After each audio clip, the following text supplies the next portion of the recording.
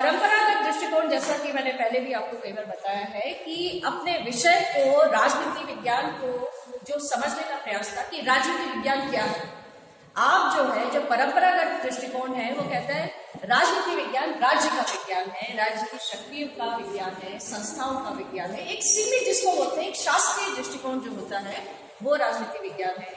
जबकि जो ये आधुनिक दृष्टिकोण जिसको हम मानते हैं, जो सेकेंड वर्ल्ड वॉर, द्वितीय विश्व युद्ध के बाद जो आरंभ हुआ, और इसका जो सबसे कहना चाहिए बेहतरीन उदाहरण है वो है व्यवहारवादी। व्यवहारवादी जो उपागम जिसको हम बोलते हैं, सेकेंड वर्ल्ड वॉर के बाद जो चुनौतियां आई थी विश्व के सामने, देखिए कई तरह की समस्याएं आई थी। परमाणु युद्ध आप जानते हैं किस तरह से हिरोशिमा नागासाकी में,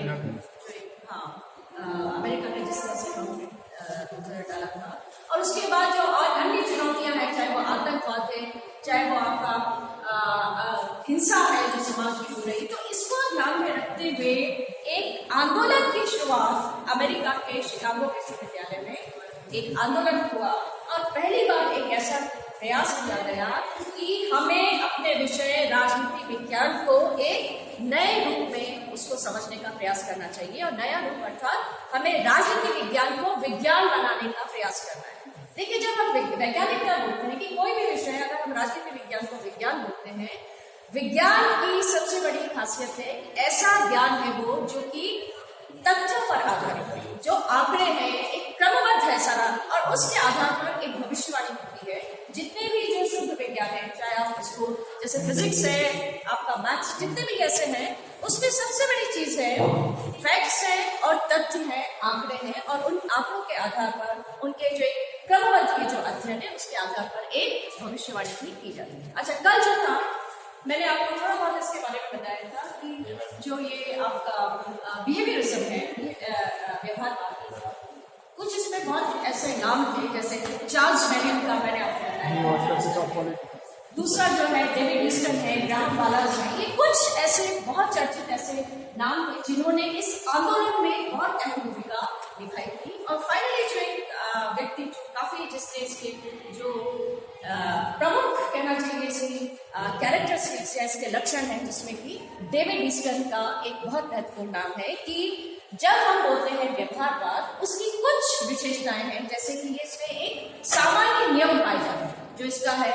जो मैंने आपको कुछ इसकी पॉइंट्स जो कल बताए थे, देखिए हाँ, पहला जो था इसमें कि व्यवहारवाद जो है उसमें कुछ सामान्य नियम जो है पाए जाते हैं। अच्छा, उन नियमों को जो नियमन जो इसने पहली बात बताई थी कि इसमें सामान्य नियम पाए जाते हैं। सत्यापन एक दूसरी विशेषता है। देखिए, सत्यापन का अर्थ है कि जो हमें आंकड़े मिले हैं, अगर दोबारा हम देखें तो वही फिगर्स आपके सामने आते हैं, आप उसको सत्यापित कर सकते हैं। तकनीकी पद्धति है, टेक्निक्स अर्थात जो पद्धतियां विशुद्ध विज्ञान में इस्तेमाल होती है, उन्हीं पद्धतियों को अपनाने का प्रयास किया जिससे हमारे सामने सही परिणाम आ सके। परिमाणीकरण एक इसकी एक विशेषता है। मूल्य निर्धारण अर्थात जो भी जो समाजशास्त्री या वैज्ञानिक है, जो भी कोई शोध कर रहा है, तो स्वयं के मूल्य जो है उससे प्रभावित ना करें, कि इसमें विशेष पद है। और व्यवस्थाबद्धीकरण एक बहुत ही क्रमबद्ध विज्ञान जो है ये व्यवहारवाद है। एक इसकी और विशेषता मैंने बताई थी आपको कि ये समग्रता है। देखिए, समग्रता एक बहुत महत्वपूर्ण शब्द है, इसको आपको समझना बेहद जरूरी है। जब हम कहते हैं कि व्यवहारवाद जो है एक समग्रता को लेकर आया है, तो इसका अर्थ है कि अगर हमें अपने विषय को समझना है, राजनीतिक विज्ञान को समझना है, तो हमें अन्य सामाजिक विज्ञान की सहायता लेनी जरूरी है। क्योंकि मनुष्य को आप खाली एक सीमा में बांध नहीं सकते हैं। अगर इस वक्त आप मेरे सामने हैं तो आपका स्वरूप अलग है। आप जो है जब बैंक में जाके अपना पैसे का लेन देन करते हैं तो उसमें आपका अर्थशास्त्र आ जाता है। जब आप कभी मंदिर में जाते हैं, पूजा करते हैं, तब आपका एक अलग स्वरूप आता है। क्योंकि अगर आपको मनुष्य के व्यवहार को समझना है तो उसको पूरी तरह समझना होगा।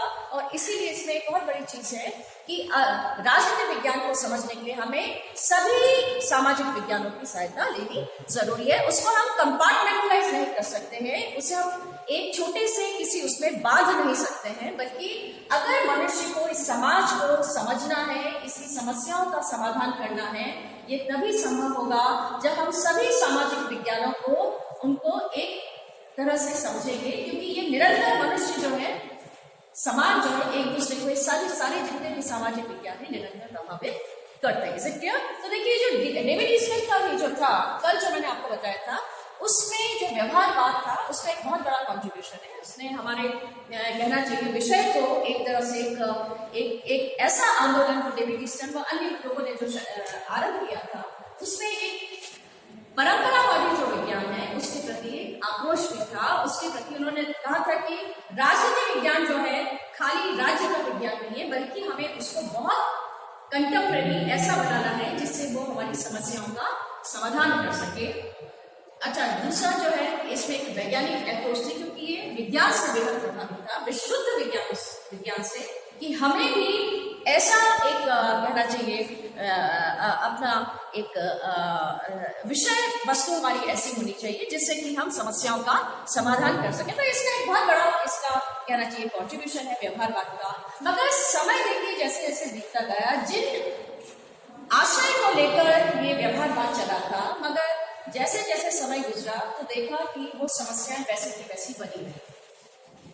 व्यवहारवाद ने प्रयास किया था कि इस पद्धति के माध्यम से जो है वो आतंकवाद की समस्या का समाधान होगा, इसके माध्यम से जो है जो पर्यावरण की समस्याएं हैं उनका समाधान होगा। मगर ये समस्याएं पूरे विश्व में, चाहे वो तानाशाही है, चाहे वो हिंसा है, चाहे वो आतंकवाद है, वो वैसे की वैसी ये समस्याएं बनी रही, चुनौतियां समाज के सामने बनी रही। तो बाद में डेविड ईस्टमैन ने, जिन्होंने व्यवहारवाद का आरंभ किया था, एक नया आंदोलन या उसको एक नया आयाम देने का प्रयास किया, जिसे कि उत्तर व्यवहारवाद कहा जाता है।